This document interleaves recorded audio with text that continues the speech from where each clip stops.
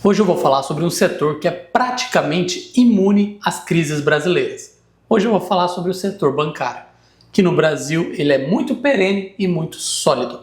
Mais especificamente, eu vou falar sobre o ETF BNKS11, o ETF que só investe em bancos. O objetivo do ETF é acompanhar o desempenho dos principais bancos do Brasil. Ele pega os bancos de dentro do índice Brasil Amplo e são os bancos que mais têm liquidez. Eu vou deixar as informações básicas aqui do lado para vocês verem.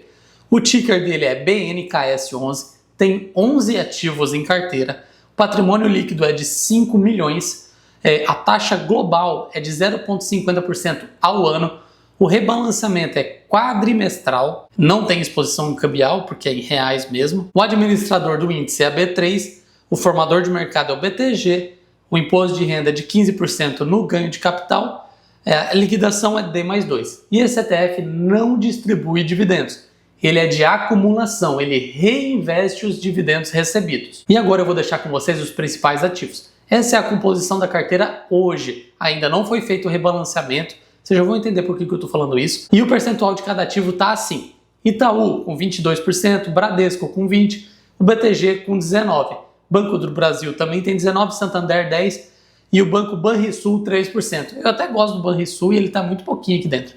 E daí tem os outros três, ABC, Pini, Partners com menos de 3%. E aqui na imagem está aparecendo 9%. Tem 11 aqui dentro da carteira, se você quiser é só entrar no site da Investo e baixar a carteira completa, que lá tem todos e os seus pesos de cada um. E por que eu dei uma ênfase no percentual que é de hoje?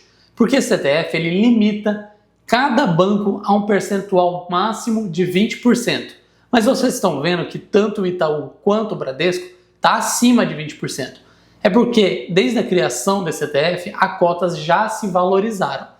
E só vai ser feito o rebalanceamento quadrimestralmente. Então ainda não está no momento de rebalanceamento, mas quando for feito, os que tiver acima de 20% vão ser vendidos, porque o limite máximo é de 20%.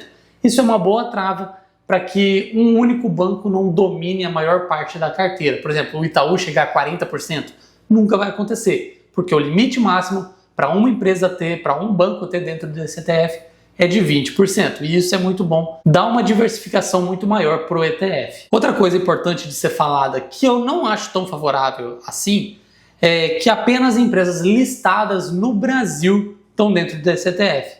E eu acho um erro. Eu acho que deveriam listar BDRs de bancos brasileiros, mas que estão listados nos Estados Unidos. Por exemplo, o Nubank e a XP. São dois bancos grandes, dois bancos que entrariam dentro desse ETF, mas que não pode por ser BDRs. E eu acho que faria muito sentido esses dois bancos, já que eles estão no Brasil todo, tá dentro desse ETF também. E eu acho um erro de todos os ETFs que não querem colocar BDRs de ações brasileiras, mas que estão listadas lá fora.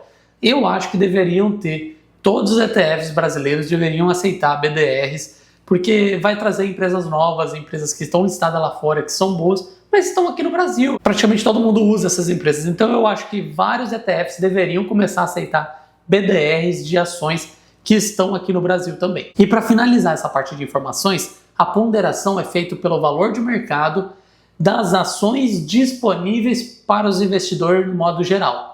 Então não é feito sobre o valor de mercado total. E eu acho isso muito bom para nós investidores comuns. Agora isso aqui me chamou a atenção, pessoal. Eles disponibilizaram no material publicitário uma comparação entre alguns indicadores. Tem aqui o índice de bancos, o Ibovespa, o IDIV, o CDI e o IPCA. Eu estou deixando aqui para vocês verem já. O índice de banco, desde 2011, que quando foi criado, rendeu 477%. O Ibovespa, 156% apenas. O IDIV, que na minha opinião é um dos melhores índices amplos brasileiro, tem 365% de retorno. O CDI, 314% e o IPCA, 132%. Então veja que o índice de bancos rendeu muito mais que qualquer outro índice aqui da comparação. Claro, a gente está falando de um setor bem concentrado. Não tem como ter esse ETF na carteira sozinho, porque esse ETF é muito concentrado em um único setor e você vai perder diversas outras empresas e oportunidades. E também uma diversificação mais ampla. Mas é impressionante o quanto que o setor bancário rendeu no Brasil. E a minha opinião é que eu não acho ruim. O setor bancário no Brasil sempre foi um melhor setor para se investir. Acabei de mostrar ali o gráfico para vocês, é muito superior à rentabilidade dele. Mas a gente não tem que olhar só rentabilidade, porque as coisas podem mudar. O que aconteceu no passado pode não se repetir no futuro. E é até difícil para mim acreditar no que eu vou falar agora, mas como os bancos renderam muito nesses últimos 15 anos, pode ser que eles não rendam mais tão bem para o futuro. E como essa carteira é muito concentrada em bancos, você perca essa rentabilidade. É difícil de acreditar porque a gente sabe que bancos são perenes no Brasil e provavelmente eles vão continuar entregando uma rentabilidade muito boa. Mas você vai ficar de fora de boas empresas que podem ter uma rentabilidade bem melhor do que o setor bancário. As empresas comuns até, de atividades reais, elas têm potencial muito maior do que os dos bancos. Só que no Brasil, como a gente vive de crise em crise, os bancos são os únicos que conseguem aproveitar esses momentos muito bem. Mas agora falando particularmente do ETF, um ponto negativo que eu acho é o patrimônio líquido. Está muito baixo, 5 milhões.